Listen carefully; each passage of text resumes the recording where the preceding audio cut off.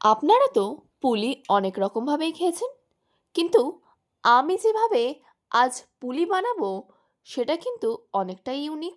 এটা একবার বানালে চালের গুঁড়ো দিয়ে যে পুলি বানানো হয় সেটাই ভুলে যাবেন। ছোট বাচ্চা থেকে বয়স্ক সবাই এটা খেতে খুব পছন্দ করবে।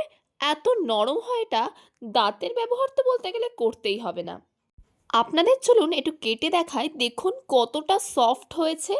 দেখে নিশ্চয় বুঝতে পেরেছেন, এটা খেতে কিন্তু অসাধারণ লাগে, গালে দিলেই একেবারে গলে যাবে। তো এই দুর্দান্ত পুলিটা কেমনভাবে বানাতে হয় চলুন কথা না বাড়িয়ে দেখে নেওয়া যাক। আর এত টেস্টি পুলি বানাতে শেষ পর্যন্ত ভিডিওটা দেখতে থাকুন। এখানে আমি একটা বাটিতে 200 গ্রাম সাবু নিয়ে নিয়েছি। দেখুন এরকম ছোটো দানা সাবু নিয়েছি। আপনারা এমন ছোটো দানা সাবু নেওয়ার চেষ্টা করবেন, ছোটো দানা সাবুতেই খুব ভালো হবে। সাবুটা ধুয়ে নেব, জল পাল্টে 2-3 বার ধুয়ে নেব।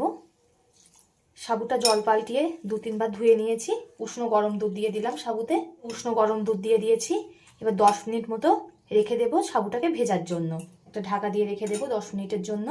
সাবুটা তাহলে ভিজুক, ততক্ষণে আমরা একটা পুর বানিয়ে নেই। যে কড়াতে আমি সাবুর পুলিটা করব সেই কড়াটা একেবারে নিয়ে নিয়েছি পুর বানানোর জন্য। এই কড়ার মধ্যে দিয়ে দিলাম 200 গ্রাম পরিমাণ ছানা। আপনারা এটা বাড়িতেও দুধ দিয়ে ছানা কাটতে পারেন, কিংবা বাজার থেকেও কিনে আনতে পারেন। এবার এতে আমি দিয়ে দেব আখের গুড়। আপনারা চাইলে এখানে চিনিও ব্যবহার করতে পারেন। আমি এখানে আখের গুড় দিলাম, আখের গুড় দিলে কালারটাও খুব ভালো আসবে। এবার এতে দিয়ে দেব 4 চামচে 2 চামচ গুঁড়ো দুধ। গুঁড়ো দুধটা দেওয়ার ফলে টেস্টটা খুব সুন্দর আসবে। এই সমস্ত কিছুকে খুব ভালো করে মিশিয়ে নিতে হবে।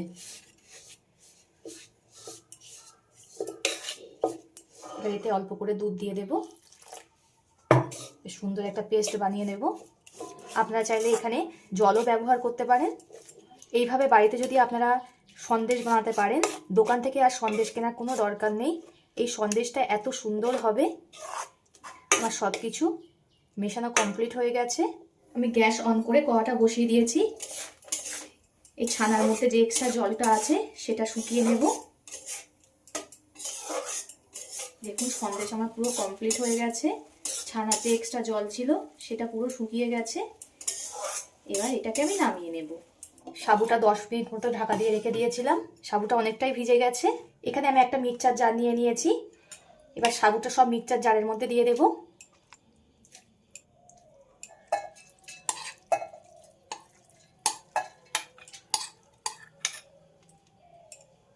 আমি সাবুটা সব মিক্সচার জারের মধ্যে নিয়ে নিয়েছি।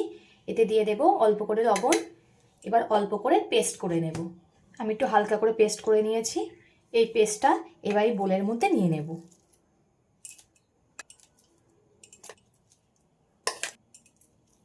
পেস্ট আমি বোলের মধ্যে নিয়ে নিয়েছি।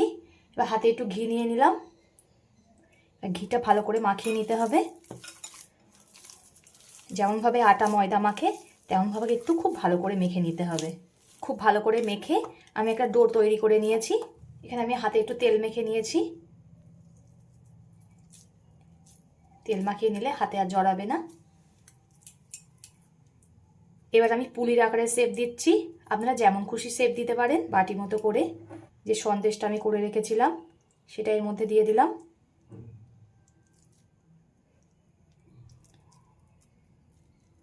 চারিদিকটা এভাবে মুড়ে দিতে হবে।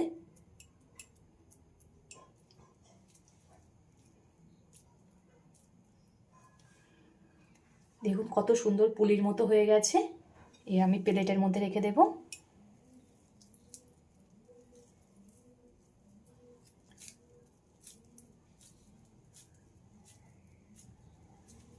আবার একটা অল্প করে ওর থেকে নিয়ে আবার একটা করে নিচ্ছি।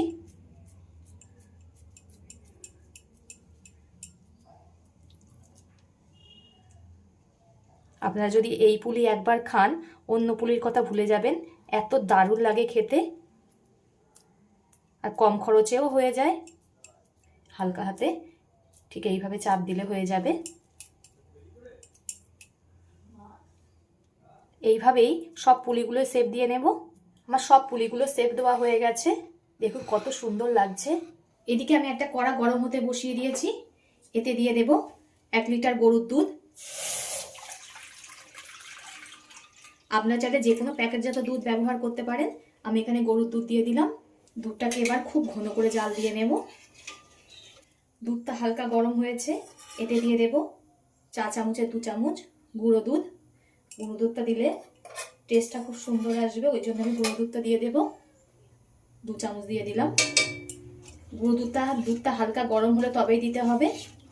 খুব গরম হলে যখন দুধটা ফুটবে তখন যদি গুঁড়ো দুধটা দেওয়া হতো, গুঁড়ো দুধটা জড়িয়ে যেত, ওই জন্য অল্প গরম করে তারপরে দিলাম। এবার দুধটাকে খুব ভালো করে ফুটিয়ে নেব।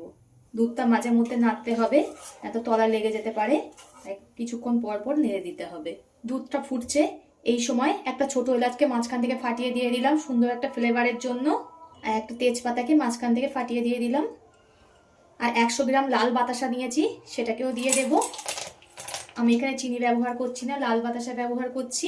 আপনারা মিষ্টি বুঝে চিনিটা বা বাতাসাটা ব্যবহার করবেন। বাতাসা দেওয়ার ফলে দেখুন সুন্দর একটা কালার এসছে। এটা যদি চিনি দিতাম এই কালারটা আসতো না। দুধটা ফুটে ঘন হয়ে এসছে, দেখেই বুঝতে পারছেন কতটা ঘন হয়ে গেছে। এবার পুলিগুলো এতে দিয়ে দেব। এই যেখানে ফুটছে এই মাঝ বরাবর দিতে হবে, তাহলে পুলিগুলো খুলে যাবে না। আস্তে আস্তে ছেড়ে দেব।